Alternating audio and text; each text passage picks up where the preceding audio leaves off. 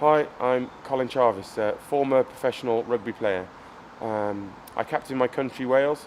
I played for the British Irish Lions, and I experienced racism. For a lot of my family, in particular the West Indian side of my family, they weren't rugby followers. So took a little bit of a chat to explain to my grandma that I wasn't going to play cricket. But my family were immensely proud. As the first person within the family to play any international sport, that was quite amazing. One of the greatest things that I found from rugby was, without the sad story of feeling a little bit like an orphan, but I'd lost my mother when I was young, and I had no other parents around me, and I found camaraderie and I found a family. And when I was at London Welsh, those 4 years there just cemented my feeling for what I wanted to do with my life. I came to Wales and played for Wales eventually, but the camaraderie, the kinship, the family, they're more than just colleagues. The people I met on a rugby field meant everything to me. They were as close to me as my family. And if anybody did hold any prejudice against me, it was never mentioned and it was never shown. More than anything, it would be against the opposition, and it would generally be one or two individuals with a callous remark, a few members of the crowd with something abhorrent being shouted at you. But more than anything, you just relied on your own teammates to pull together and pull through it. If a member of the opposition said something to me, especially like if I've been tackled or I'm on the ground, or if someone from the crowd shouts something at me, it wasn't as though I felt that I had this impenetrable shield, because it did hurt. But the main thing for me was that my teammates stuck with me. They heard it, they saw what was going on, and they're the ones in the clubhouse after the game that would sit next to me and just be as open as possible and be as honest about what went on. But it was the camaraderie, it was the friendship that gets you through it. Don't get me wrong, losing a game was just as devastating, but it's only when you go through these things together that you'll truly appreciate the strength of your friends. Sometimes we used to joke within the Welsh squad that there was never more than 2 black people playing, and I think that was a bit too tongue-in-cheek to be really offensive. There were a few guys that were just a bit narrow-minded from certain areas of Wales who didn't really know much about black people because they didn't grow up with black people, and on Welsh TV there's not enough coverage of black people. But more than anything, you're judged for your ability on the pitch.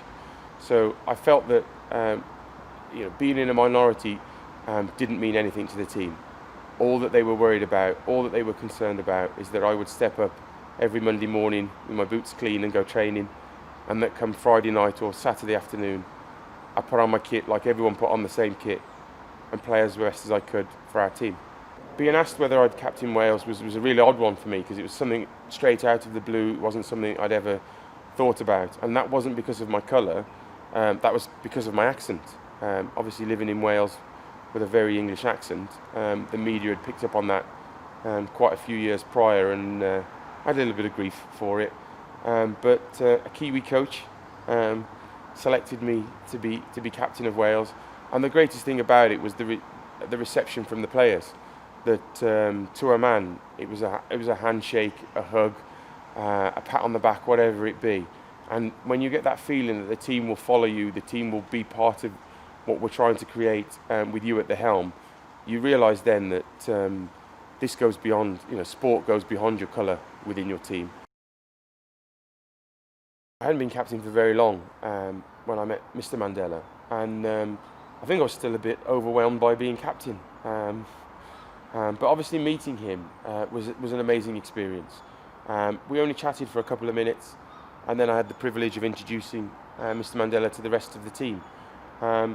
But I think, when people talk about the cliches of meeting someone and sensing that aura and being overwhelmed by a character, that is something that I experienced when I met Mr. Mandela. I think the hype around being the first captain wasn't too great. I think people took it in their stride. The fact that I had my English accent was probably a little bit more apparent to the Welsh media. But I did feel that with certain newspapers, with certain journalists, They just waited for something bad to happen. They just waited for a terrible loss. And that's when I was really thrown to the wolves. And at one point, it came to the Welsh management, Welsh rugby team management, called in a couple of journalists in a newspaper just to say, this is flat out racism now. You are actually just getting at the personal aspects of this guy as the captain, rather than the shortcomings of the team after we'd lost a couple of games. For me, I kept myself within the cocoon of the team and my family, and we just soldiered through. I think one of the things people talk about nowadays is the idea of saying, and then a man walked up to me, and then a woman walked up to me and said, rather than, and then a black man walked up to me, or rather than, and then an Asian woman walked up to me. That we're trying to drop those adjectives before every description. What I found with the media was Colin Charvis, born in England, mixed race, it was always mentioned, and yet the other players that came from Llanelli, from Cardiff, from Abercwmbdue, it was never constantly mentioned. So I just felt that that was a little bit of a dig every time they wanted to have a pop at me. But you know, at the end of the day, you just couldn't get into an argument with a journalist or an argument with a newspaper, because they will always have the last say. So I think for myself, it was just keep myself head down, stay with the team, fight through it. It's not as though we can just suddenly invent a whole new set of players or they're going to change the captaincy. You know, we just had to get through it and try and get ourselves back to winning ways. What was written about me 17 years ago, it's taken me this long to find the joke, you know, to find the anecdote. But really at the time it was abhorrent. You know, when I got to the point where I didn't want to leave my house, when I had a newspaper writing that I was the second most hated man in Wales, putting me between Osama bin Laden and Saddam Hussein. You know, how can you do that to someone? Let's put things into perspective. It's a sport. But you can't argue with a newspaper. For me at the time, it was just about putting my boots back on, putting my kit back on, and seeing if I could be the best I could possibly be for my team and for our country. But at the end of the day, it doesn't matter what people write in a newspaper. It's only wrapping chips the next day. Now, I would not say that your average person in Wales has treated me with contempt, let alone racism. But if a newspaper wants to go down that route, then that's the route they can choose. For my family, obviously it wasn't very, very pretty. It's just like when you're injured and you're lying on the floor being stretchered off. That's not very comfortable for any member of your family to watch. But what I would say about being stretchered off is that I chose to be in that position. I chose to put myself on the rugby pitch with my teammates and put myself in front of that danger. What I didn't choose was to be vilified in the newspaper, and I can only say it was because of my colour. I can just see how, for a lot of players, you know, you've got to, especially ethnic minorities, there was an element of having to try that little bit harder to be noticed. We want our teams to reflect our society.